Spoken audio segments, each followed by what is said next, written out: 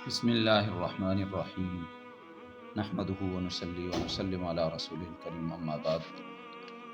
زکوٰۃ اسلام کے اہم ارکان میں سے ایک رکن ہے۔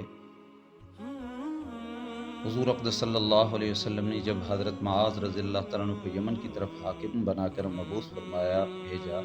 آپ نے فرمایا، آپ جس قوم کے پاس جا رہے ہیں سب سے پہلے ان کو ایمان کی دعوت دے دیں۔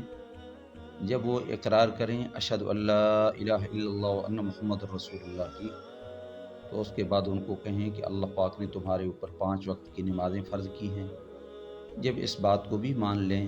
پھر ان کو بتائیں کہ اللہ پاک نے تمہارے اوپر زکوٰۃ بھی فرض کیا ہے، جو تمہارے مالداروں سے لیا جائے گا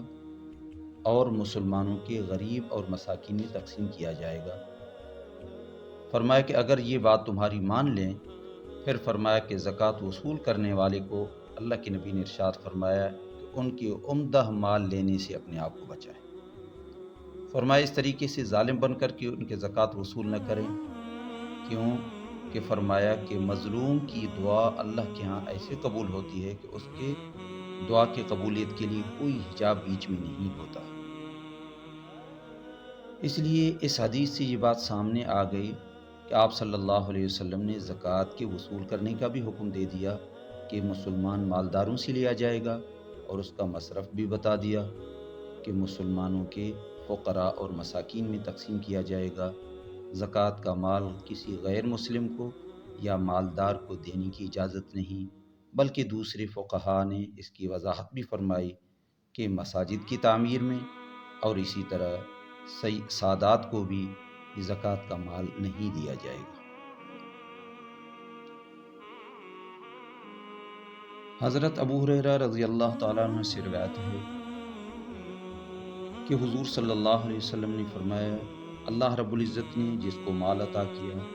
پھر اس نے اپنے مال کی زکوٰۃ ادا نہیں کی، تو یہ مال کل قیامت کے دن ایک گنجے سانپ کی شکل میں اس کے اوپر مسلط کیا جائے گا،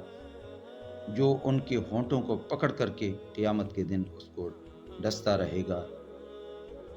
پھر آپ صلی اللہ علیہ وسلم نے فرمایا کہ وہ سانپ اس کو کہے گا کہ میں تیرا مال ہوں، میں تیرا وہ سرمایہ ہوں جس کو تو دنیا میں محفوظ کر کے جمع کرتا تھا اور اس پر خوش ہوتا تھا، لیکن اس کی زکوٰۃ تو نے دنیا میں ادا نہیں کی۔ اس حدیث سے بھی یہ بات سمجھ میں آ گئی، مسلمان کے لیے مال وہ باعث برکت ہے، خیر کا سبب ہے جس کی زکوٰۃ ادا کرے۔ اگر زکوٰۃ ادا نہیں کرے گا